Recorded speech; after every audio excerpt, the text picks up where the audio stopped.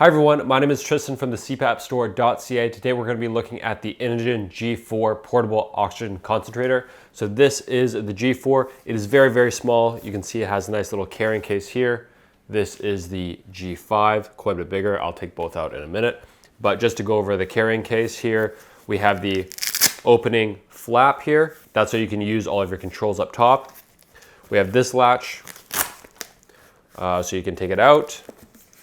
The area here is free for you to put your cannula into the barrel, and then we have the exhaust ports out the side. So this is your intake, this is your filter particle intake, and then your exhaust ports are down below here. If you want to change the battery in the case without taking the machine out, you can unzip like this and change your battery like that.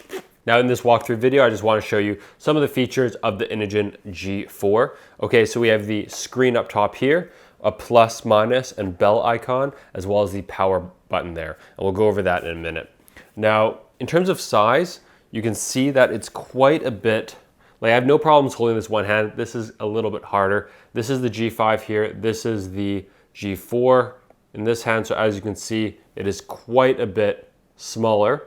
But the real big difference is the weight. The G5 is almost 5 pounds, whereas this guy here is 3.3 pounds. And that extra little bit of weight really makes a difference when you're carrying it all day long. Now the G4 is slightly louder than the G5 at 40 dBA at a flow rate of 2, whereas the G5 is 38 dBA. For a flow rate of 2 as well. Now with the increased portability, the battery life does take a bit of a hit. This right here is the double battery. It's about 92 watt hours. It lasts 5 hours or up to 5 hours, and the smaller single battery will last only 2.5 hours, but that's definitely enough time to do a little errand on the go, or take it to a meeting or what have you. It gives you enough time without being worried about it. However, if you need that increased time, then I would recommend the G5. With this double battery, it can give you up to 13 hours, which is quite a bit more. To remove the battery on the G4, there's a little button latch here. You just press it down and slide, comes off super easily, and you put it on and you hear that little click and it's back in place. Now going around the machine, I just want to show you here. So we have the exhaust port here, and then we have the air intake port here.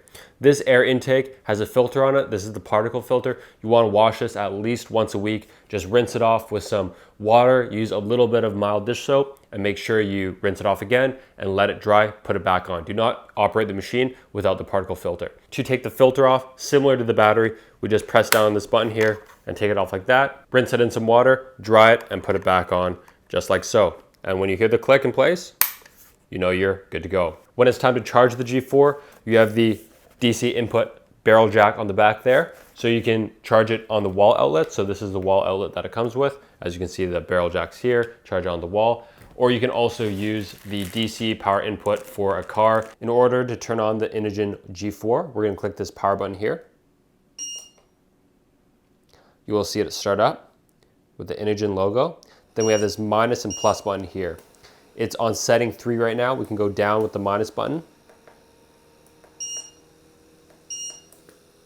or go up. The G4 has 3 flow settings total, 1, 2, and 3.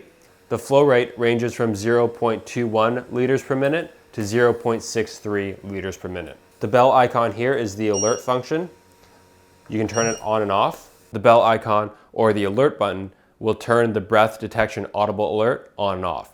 So if you have a no breath detected, it will beep if you have it turned off, and it won't if you have it turned off. Last, we have this alert warning indicator light here. If these little LEDs are flashing yellow, please consult your manual. So if this alarm light is flashing, it basically means that there's an alarm. There's low, medium, high priority alarms. You're going to want to consult your user manual if you're getting any alerts. A low alarm might be something like the battery is low, something like that, but a high priority alarm could be the system's hot, it's gonna shut down, or it needs immediate servicing. So just make sure that any time that there's an alert, you're consulting your manual to make sure your concentrator is going to be working properly. Thank you for watching this video on the G4. I hope it helped. You can find it at the cpapstore.ca. If you like this video, please give it a thumbs up or consider subscribing. Take care.